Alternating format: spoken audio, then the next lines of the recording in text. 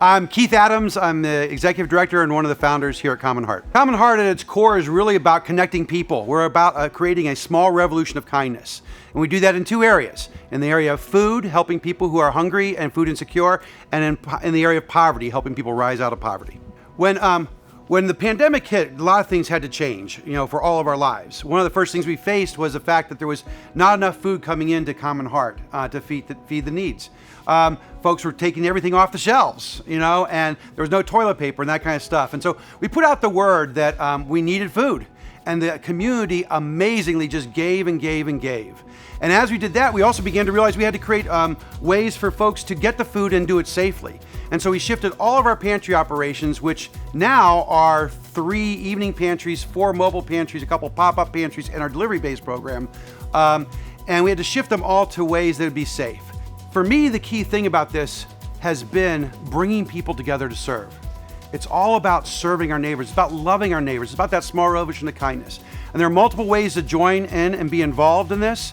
One of the key ways is to become one of our common cupboard allies. A cupboard ally is somebody who will adopt, so to speak, 4 families and distribute groceries to them on a monthly basis and build friendships and relationships that are ongoing throughout the year and learn from them and grow with them so that things change in your life as well as in the others. And I would encourage anyone who has a desire to just really be engaged in our community to do something personal, whether that's with us or one of these other agencies, or if it's just saying hello and listening to your neighbor and loving your neighbor that is right next door.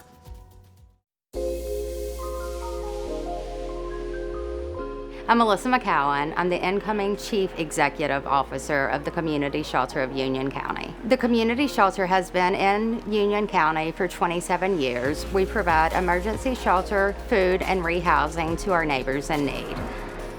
Collaboration has always been a core value of the Community Shelter. When the national emergency was declared on March 13th, we had already consulted with public health and we were ready. To provide social distancing space and reduce the risk of virus transmission, we moved medically vulnerable clients to local motels and continue to use motels for both health compromised and overflow shelter clients. In our dorms, we changed sleeping arrangements to accommodate a 6-foot gap while people sleep. In March, we started a drive-through pantry to push food out to our neighbors in need. From March through November, Union County residents have picked up more than 400,000 pounds of food through the pantries.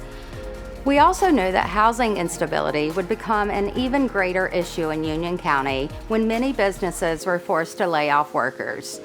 The Community Shelter provided eviction prevention assistance to 121 households from March through October, and we will continue this work to respond to the more than 400 requests that have been received.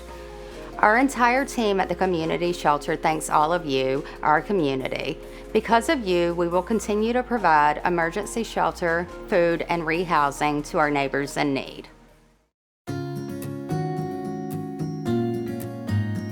Hi, my name is Cindy Cole, and I'm the Executive Director with Community Health Services of Union County.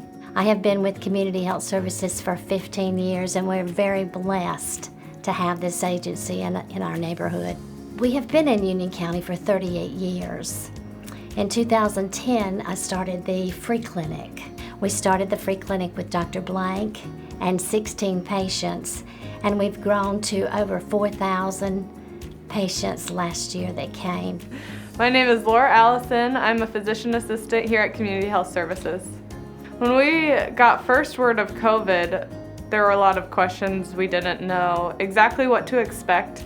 Our interpreters here pretty much saved the day. They were here answering phones all day for patients. We scheduled virtual visits. We were one of 3 in the United States that got the Point of Care grant from BD. It is a multi-year grant, and it allows us to do point of care labs right here in the office. I'm really proud of our clinic. I'm proud of how we've expanded our services, especially during COVID. I have been doing this at Community Health Services for many years because it's near and dear to my heart. Having problems with not being able to buy medicines and going to a doctor for many people in Union and Anson counties, it should never be in the United States.